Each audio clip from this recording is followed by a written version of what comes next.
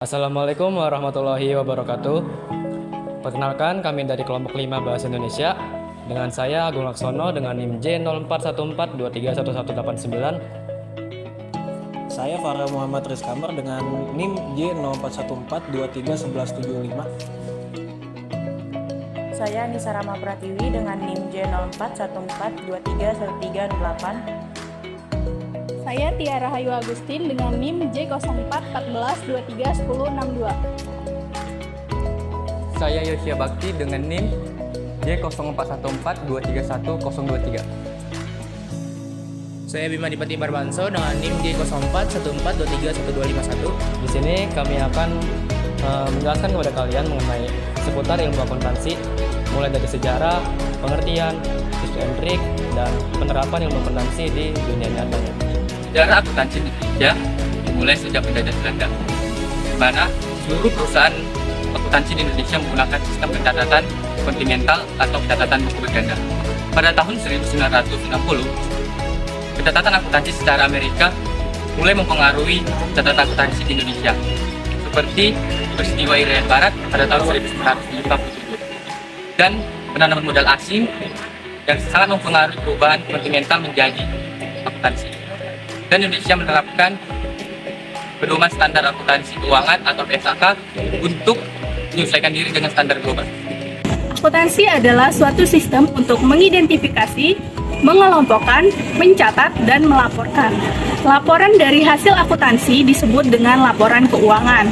Nah, laporan keuangan ini dapat menjadi informasi untuk mendukung dalam pengambilan keputusan yang rasional. Ada beberapa manfaat dari akuntansi. Yang pertama, membuat informasi keuangan kepada yang membutuhkan. Dengan mempelajari akuntansi, maka akan lebih mudah mencatat bukti transaksi untuk membuat informasi keuangan. Kedua, bukti keuangan yang dapat dipertanggungjawabkan. Dalam pencatatan keuangan akan tertulis bukti-bukti transaksi seperti tanggal, misal transaksi, dan siapa yang melakukan transaksi. Dan ketiga, mengelola keuangan yang efektif. Dengan mempelajari akuntansi, maka kita bisa lebih paham tentang keuangan pribadi kita. Kita bisa memprediksi pengeluaran dan pemasukan yang efektif. Ilmu akuntansi memang identik di dalam usaha atau bisnis. Namun, kita dapat memanfaatkan ilmu akuntansi tersebut dalam mengatur dan mencatat keuangan pribadi kita agar berjalan lebih efisien dan efektif. Nah, kita dapat memulainya dengan cara membuat sebuah jurnal untuk pencatatan keuangan kita. Di dalam jurnal tersebut, kita dapat mencatat pengeluaran kita dari yang terkecil hingga terbesar. Nah, selanjutnya kita dapat membuat laporan keuangan berupa arus kas yang dimana kita akan mengetahui untuk apa saja uang tersebut digunakan. Kalian ingin memahami akuntansi dengan baik? Berikut tipsnya. Tips yang pertama, pilihlah metode pembelajaran kalian. Setelah itu, aturlah waktu belajar kalian sejauh mungkin.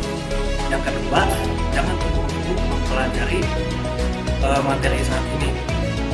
Pelajari dahulu materi yang diajarkan oleh dosen hingga kalian benar-benar menguasainya. Tips yang ketiga, jadikan belajar sebagai rutinitas harian, seperti meluangkan waktu sekitar 30-45 menit untuk mengerjakan latihan soal dan laporan keuangan. Tips yang keempat, kalian bisa menerapkan langsung pemahaman kalian ke dalam dunia nyata, seperti mencoba magang di suatu perusahaan. Tips yang kelima, bedakan akuntansi dengan matematika. Akuntansi ini lebih mengandalkan logika berpikir, namun kalian tetap butuh pemahaman dasar matematika. Jadi untuk proses pekerjaan akuntansi itu ada 5. Yang pertama ada sebagai pegawai bank, lalu yang kedua ada petugas daftar, yang ketiga itu ada sebagai auditor, yang keempat itu ada sebagai penulis, dan yang kelima itu dia bisa sebagai akuntan.